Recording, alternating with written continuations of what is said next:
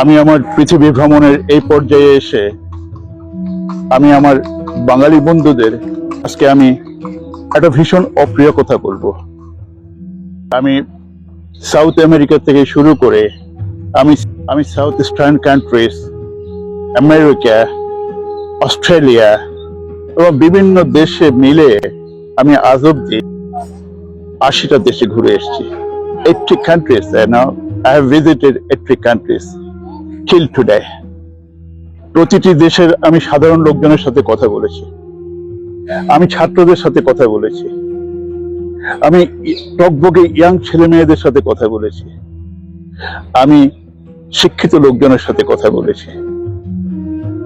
এদের সবার মধ্যে আমি দেখেছি তারা তাদের ভাষা নিয়ে প্রাউড, গর্ববোধ করে, তারা তাদের ইতিহাস নিয়ে গর্ববোধ করে, তারা তাদের শিল্প নিয়ে গর্ববোধ করে, তারা তাদের ভাস্কর্য নিয়ে গর্ববোধ করে, তারা তাদের স্থাপত্য নিয়ে গর্ববোধ করে এবং তারা তাদের সামাজিক মূল্যবোধ নিয়েও গর্ববোধ করে।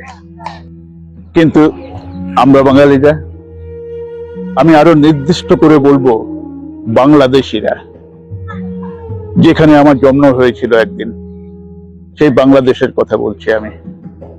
আমি সে দেশের রাষ্ট্রপ্রধানের কথা বলছি, যিনি একদিন বলেছিলেন আমি ইতিহাসের রিসেট বাটন টিপে দিয়েছি, এখন আর আমাদের কোনো ইতিহাস নেই।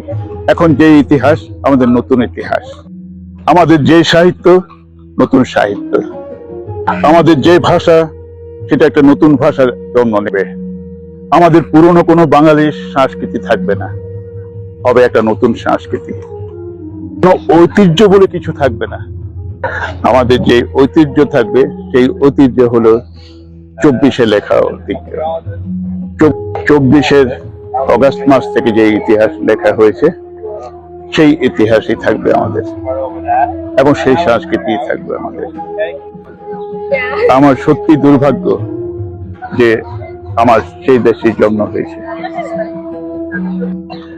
আমি আমার জীবদ্দশায় চাইবো না পশ্চিমবঙ্গের বাঙালিদের ঐতিহ্য, বাঙালিদের কৃষ্টি এবং বাঙালিদের ইতিহাস যাতে কেউ কখনো রিসেট করে দিতে না পারে।